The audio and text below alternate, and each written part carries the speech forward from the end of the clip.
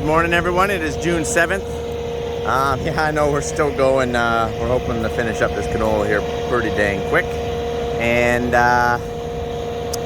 as you can clearly tell, I put the John Deere on the drill. Now, I did that for two reasons.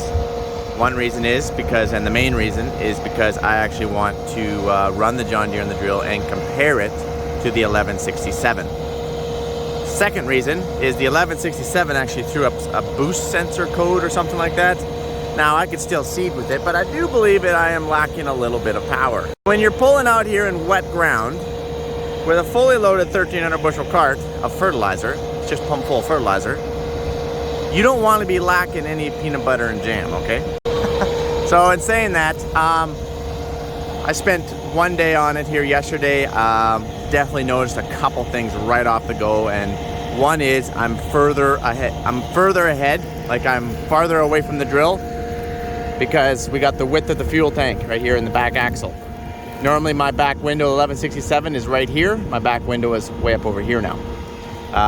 So that is a little different. I also noticed that I sit higher than the 1167. The 1167 actually sits quite low. The other thing that I noticed right off the go was, since I have another pivoting point, it's far more delayed when I'm cornering. Like, you can actually, because you got a pivot point here, you got a pivot point there, you got another pivot point there, and you got another pivot point there. So it's far more delayed when I'm coming in and around corners. That was a couple things that I noticed right away. Power wise, I didn't notice a lot of power difference. Well, actually, that's not true. Pretty sure I did, but I think it's because of that code that is going off.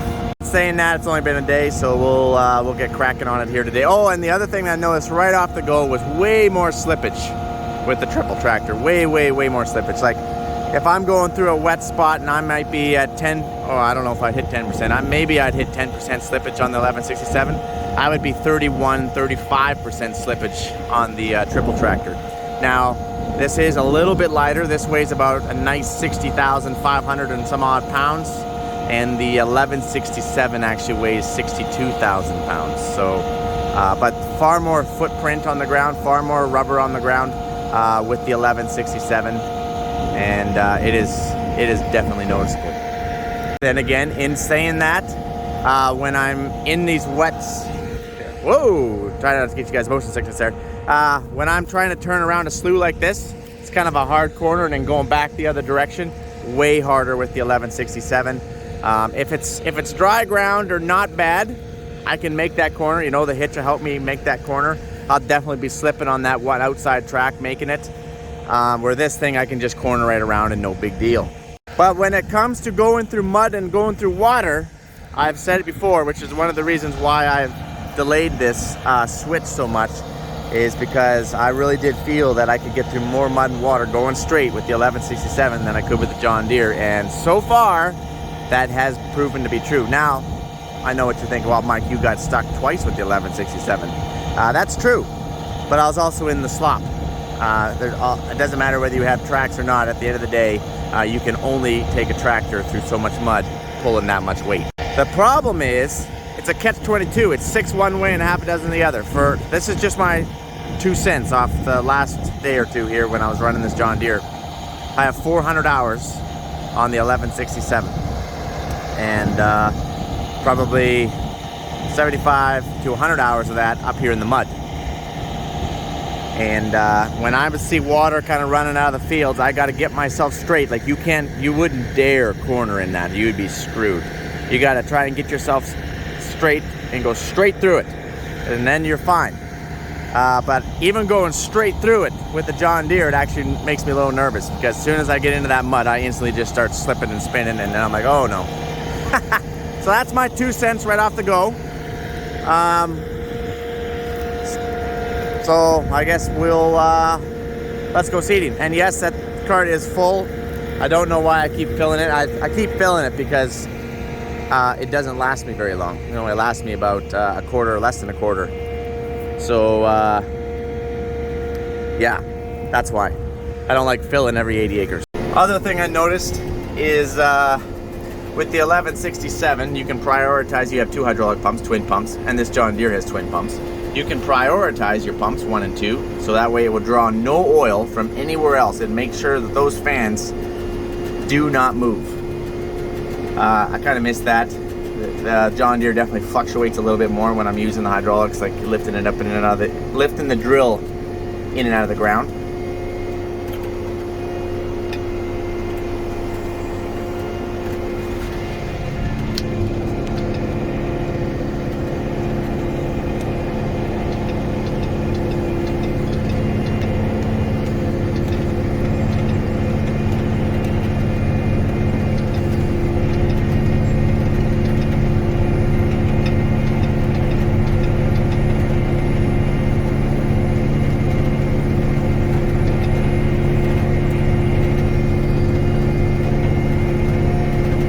I'm definitely having some trouble with the sectional control in this drill. Like, obviously it's paid for itself like 10 times over already, but sometimes it just really plugs me up freaking solid, and it is really annoying when that happens. It can go really well, but I hate having to spend an hour trying to unplug all your 2-inch lines of fertilizer. And I had some plugged with seed, because obviously if you plug enough, you're just going to keep plugging it up, and it's all bad news bears downhill from there. And so I've left some pretty nice check strips right along the road, of course. That's how I like to roll. So you guys are going to get to see that when we go crop spraying. You'll be like, what the heck happened out here? It's like a jigsaw puzzle. Yeah, my sectional control plugged up. And wow, Mike, don't you have sensors for that? Yes, I do. But remember my Fendt tower sensors, they don't work because that Ashtyn, it only lasts for 1 year. And the Borgo ones, I've got 2 bad ones, which is no big deal because I just got to get more. I just haven't had time to go anywhere to go get more. So I don't like that alarm beeping at me all the time. So I shut the alarm off like a wise man. Well, guess what? Those 2 that are malfunctioning, one happened to plug on me, and then I had another tower that actually was working the sensor, but I had them turned off, so it didn't alert me, obviously. So yeah. So that's awesome. Now, fortunately, I caught it after about 30 or 40 acres. Don't worry, we didn't seed the whole farm or anything like that. But you always, rule of thumb, sensors or not, you always check all your runs for seed and fertilizer. Anytime you get out, you got to get out, stretch, you got to get out, you got to go to the washroom, whatever it might be, you always check. I like to check every 30 acres, typically, so that's how I noticed.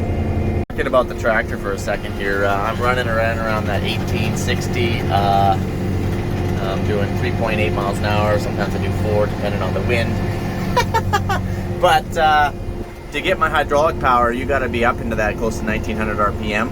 Otherwise, I can't get enough fan. I can't get enough wind speed. Where the 1167, I could get enough wind speed at an idle, so that was kind of nice. As far as for sound, I find them very similar, especially when I gotta have the RPMs a lot higher on the John Deere to reach that fan speed. I just did a decibel counter with the same app, holding my phone the same way for the same length of time, and it was like 68.2 was the average dB. And I think, I'm trying to recall, I think I told you guys, I can't remember now, that the 1167 was 69, so they're very, very close. But typically back home, we would just run this John Deere idled back to about 1650, and because we're not putting as much product on, so we don't have to have all the hydraulic power in the wind, and it's way quieter.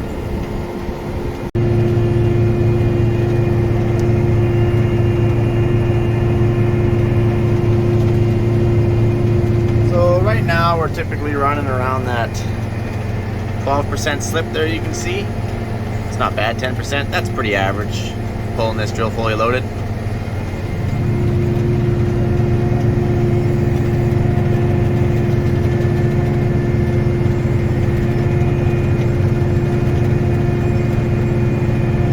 And you can't just compare, one percentage of slip to one tractor to another, because their calibrations can be different, their sensors, everything can be different, right? So I'm not really comparing this, 30% slip to 10% slip.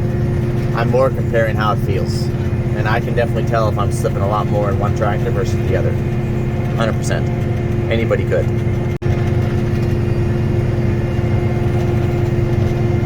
But I do like that I can turn. So the thing is The 1167 works awesome in the mud, actually, provided you don't need to abort mission and get the heck out of Dodge, because you just can't. You have to literally ride it out. You're not going anywhere.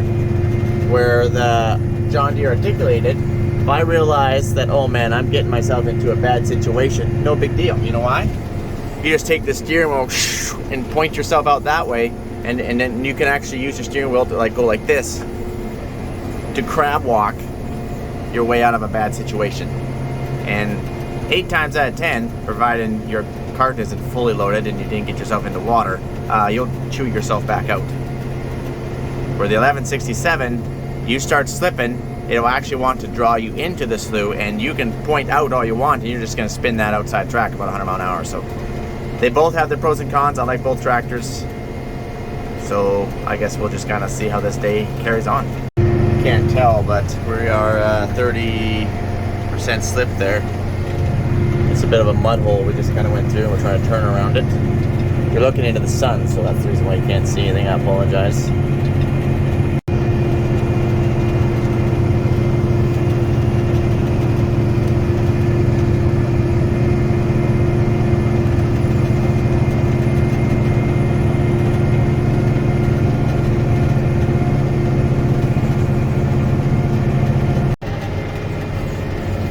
Oh, sorry.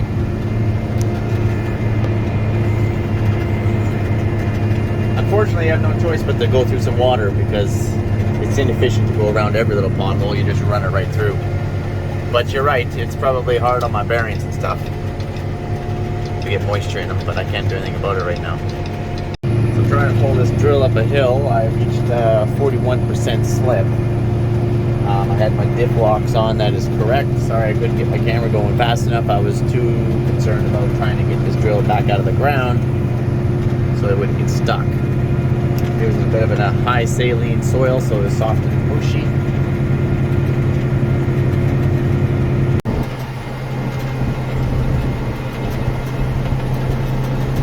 Obviously this water is a common theme for everyone up north.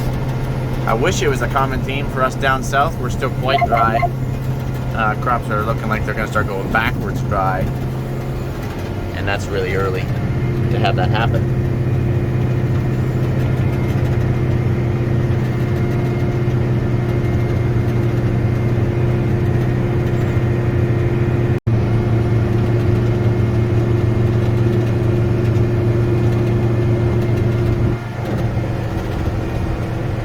My dealer arrived. My window's dirty, you can't tell, but they're there for the 1167. I think they come out of Saskatoon, actually, when I'm up here. It's closer.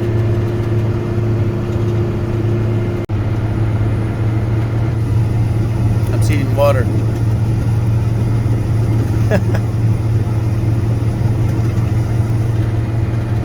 That's what everyone's doing up here. That's just not me. Don't you worry.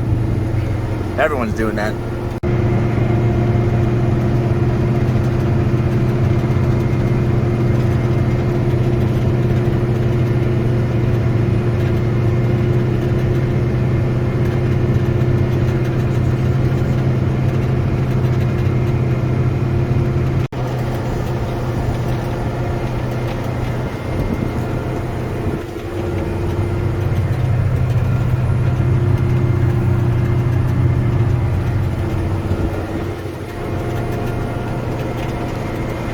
We're chewing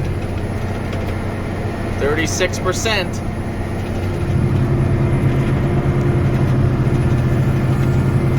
All right, we got it lift up here.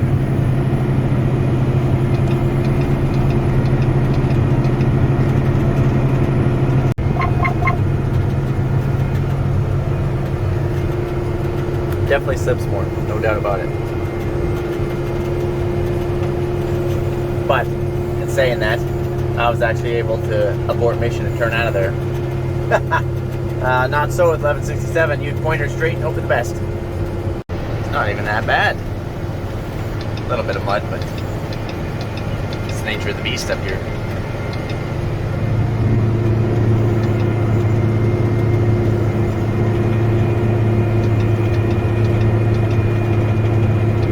Mike, do you ever plug your banders and all your openers in mud? Openers, no. Banders, I have plugged the banders. They get this barley straw or oat straw sometimes caked with mud between the boot and the blade, and it will stop that blade and plug that bander. So that's kind of annoying. How many times can I plug them? Well, normally it's a few bad banders. You're constantly trying to adjust the scraper to make it so that way this doesn't happen, but even on a perfectly adjusted scraper, you can still plug them. It is possible. I don't know, maybe I plug, I don't know, 20 a day, something like that. But you're always getting out and you see one drag and you get out and you unplug that one. So yeah, it's a few, but it's not too bad though. I've had a lot worse things go on, like unplugging your 2-inch fert lines or unplugging your seed lines. So the other common thing that's happened, I'll have to actually get out and show you, is there's all this chaff. Like, look on the back of my tractor. It looks like harvest season. See all that chaff back there? Looks like harvest season. So that is plugging up my inlet fans, that runs my air back there on the cart, because it's right beside the tire, and you mix a little chaff and mud and dust and all that. It plugs them. And what happens when you have a plugged inlet fan? Like I just told you in the beginning of the video, you plug your towers. And you don't know that you plug your towers because I got my sensors off. And my fert sensors, well, they just don't work. So that's why you check every 20, 30 acres. And that's why I carry my little broom. Here, shut your fan off when you get out. When you have to actually unplug some banders. Oh, we got a plug over here. Right over there, you see that? Sorry about that.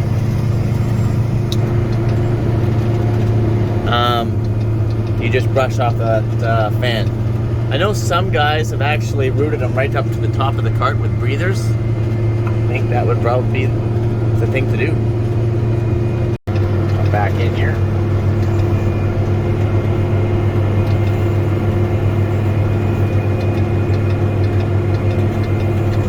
Or what the other thing I have to get out and unplug my fert towers is if my sectional control malfunctions and doesn't shut off my fert towers. Then you're going to get out and you're going to unplug towers. So I would much rather get out and unplug 20 banders than unplug 4 towers. Because not only is it a lot more work to unplug 4 towers, but you just made a mess and you don't even know where you did that. But if that's going to happen, it's guaranteed to happen right by the main road. That is how us farmers roll.